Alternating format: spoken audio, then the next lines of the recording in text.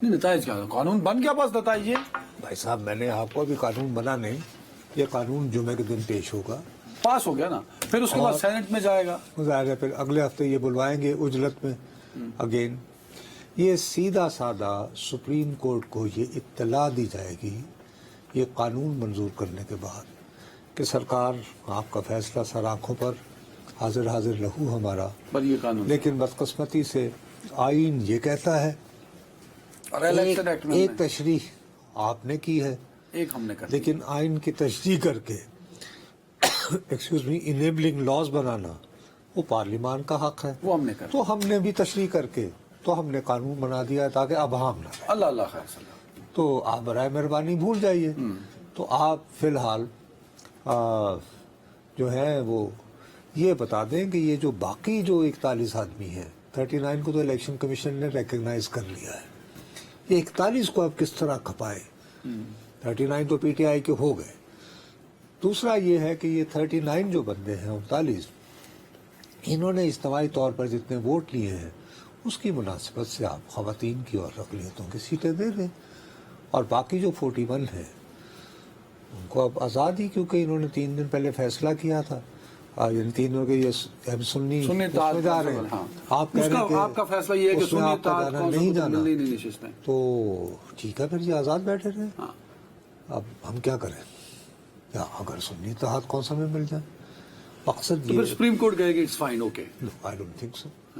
Supreme court कहेगी कि जी आइन की तशरीह तो कामलन हमारा अख्तियार है, हमने तो आपको वाज़ेह तौर पर टाइमलाइन दी थी, ए बी सी डी किस तरह होगा। इस अमेंडमेंट की तशरीह करेगी ना, इस अमेंडमेंट को नल वर्ड तो नहीं करके किया जा सकता, पार्लियामान का ये वो है। सर सुप्रीम कोर्ट ने अभी तक बहुत कुछ किया है, 63A भी किया था, याद है आपको इफ्तिखार चौधरी साहब ने जब आइन में वो 18वीं नहीं, तो ये अभी ये तो भाजपा उन्होंने किया था, कौन थे वो जो खोसा साहब, नहीं यार अभी जो गए हैं इनसे पहले भी ये काजी साहब के हमारे यार वो जिनके हम ख्याल जजी बंदियाल साहब, उन्होंने 63A की अलग तशरीह नहीं निकाली।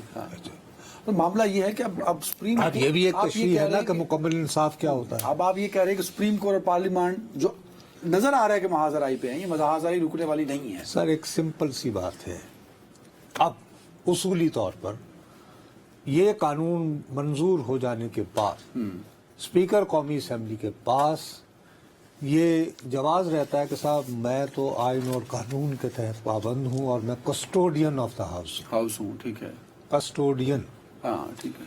तो इस कानून के बाद तो मेरे लिए तो बहुत मुश्किल है कि मैं इन्हें तहरीक इंसाफ के बंदे रिकग्नाइज करूं। Very right. इस अमेंडमेंट के बाद जो हो गई ना, तो मैं तो इनके अब ये अमेंडमेंट सुप्रीम कोर्ट में चैलेंज हो सकती है, हर सूरत में होगी ना, उधर की बनेगा।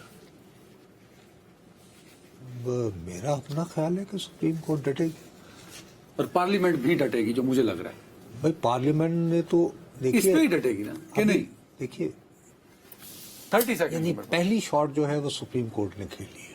अब ये पार्लियामेंट खेलेगी, उन्होंने बॉल फेंका पार्लियामान को, ये बैडमिंटन हो रहा है। पार्लियामान ने अब कहा है कि जनाब हमारी तरफ से ये कबूल फरमाइए, अब वो दोबारा उन पे फेंक देंगे। वैसे इसमें एक वो 12वां खिलाड़ी भी है, वो कौन है? इलेक्शन कमीशन थोड़ा वो उन्होंने अलग से कर रखा है। उनका तो ये है कि सर हम कहानी शुरू तो उन्होंने की ना सर, आपके हुक्म पर 39 सीटें तो दे रहे हैं, कहानी शुरू तो इलेक्शन कमीशन से हुई, मैं ये कहना। अभी अब आपके साथ मसला ये होता है, अभी ब्रेक के बाद ना मुझे एक और कमेटी की भी बात करनी है जो इंतहाई जरूरी थी। ये कानून मंजूर हो जाने के बाद स्पीकर कौमी असेंबली के पास ये जवाब रहता है कि साहब मैं तो आइन और कानून के तहत पाबंद हूँ और मैं कस्टोडियन ऑफ द हाउस हूँ, ठीक है, कस्टोडियन, हाँ ठीक है।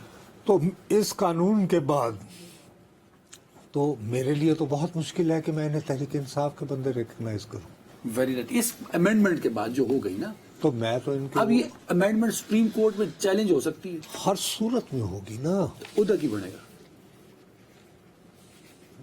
मेरा अपना ख्याल है कि सुप्रीम कोर्ट डटेगी और पार्लियामेंट भी डटेगी, जो मुझे लग रहा है। भाई पार्लियामेंट ने तो इस पे ही डटेगी ना कि नहीं?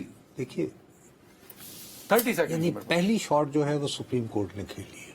अब ये पार्लियामेंट खेलेगी, उन्होंने बॉल फेंका पार्लियामान को, ये बैडमिंटन हो रहा है। पार्लियामान ने अब कहा है कि जनाब हमारी तरफ से ये कबूल फरमाइए, अब वो दोबारा उन पे फेंक देंगे। वैसे इसमें एक वो 12वां खिलाड़ी भी है, वो कौन है? इलेक्शन कमीशन थोड़ा वो उन्होंने अलग से कर रखा है। उनका तो ये है कि सर हम कहानी शुरू तो उन्होंने की ना सर, आपके हुक्म पर 39 सीटें तो दे रहे हैं। कहानी शुरू तो इलेक्शन कमीशन से हुई, मैं ये कहना अभी अब आपके साथ मसला ये होता है, अभी ब्रेक के बाद ना मुझे एक और कमेटी की भी बात करनी है जो इंतहाई जरूरी थी। हाय, टाइम मेरे पास कम होता है और आपके पास गुफ्तगू बहुत है। आप ना आलम ये है कि अभी तक तो मैं आपको ये कह रहा था ना कि वज़रा की अक्सरियत, अब मैं फिर मेरे मुंह में खुदा के लिए लफ्ज डालने की कोशिश न करना। अच्छा, मैंने तो आपको कह रहा था वफाकी वज़रा की अक्सरियत भी कह रही है कुछ तो है, पर्दादारी है, ये जो डील की बातें चल रही है। वो तो वो वज़रा का तो अब मैं आपको ये कह रहा हूँ, दोबारा कह रहा हूँ, मेरे मुंह में लफ्ज मत डालना। मैं ये नहीं कह रहा हूँ कि वजीर आजम शहबाज शरीफ, लेकिन मैं आपको ये कह रहा हूँ कि प्राइम मिनिस्टर सेक्रेटेरिएट ने अब बाकायदा ये मालूम करना शुरू कर दिया है कि क्या वाकई मुलाकातें जो होती हैं जमाले अवरो बारा में, नहीं, इसका मतलब है शहबाज शरीफ साहब भी, आप देखा ना, अब आप अपनी हरकत से बाज नहीं आए ना। अच्छा नहीं, प्राइम मिनिस्टर ऑफिस में अदनान हैदर बैठता है या ये उस्मान बैठता है, प्रोड्यूसर प्राइम मिनिस्टर ऑफिस में प्राइम मिनिस्टर वजीर आजम बैठता है ना सर। बहरहाल मैं आपकी खिदमत में ये अर्ज कर रहा हूँ कि वजीर आजम शहबाज शरीफ साहब ने घोड़े दौड़ाना शुरू कर दिए हैं। मैं ये नहीं कह रहा, आप यही कह रहे हैं। मैं नहीं कह रहा, नहीं कह रहा। आप क्या कह रहे हैं? शाह से ज्यादा शाह के वफादार भी होते हैं, आपने क्या वजीर आजम के दफ्तर को देखने वाले लोग भी होते हैं। उन्होंने अगर को बंदे की यारी से पता करके अगर साहब को दिखाएंगे कि सर असल बात ये है, तो वो खुश होंगे, साहब कहेंगे यार वेल डन, वरना ऐसा ना हो कि मुझे भी टमाना की तरह इस्तीफा देना पड़े। ऐसे खत्म हो गया। मेरा जो टॉपिक था आज का वो डील के हवाले से था, डील की जो अफवाहें हैं वो हम कल इस पे बात करेंगे।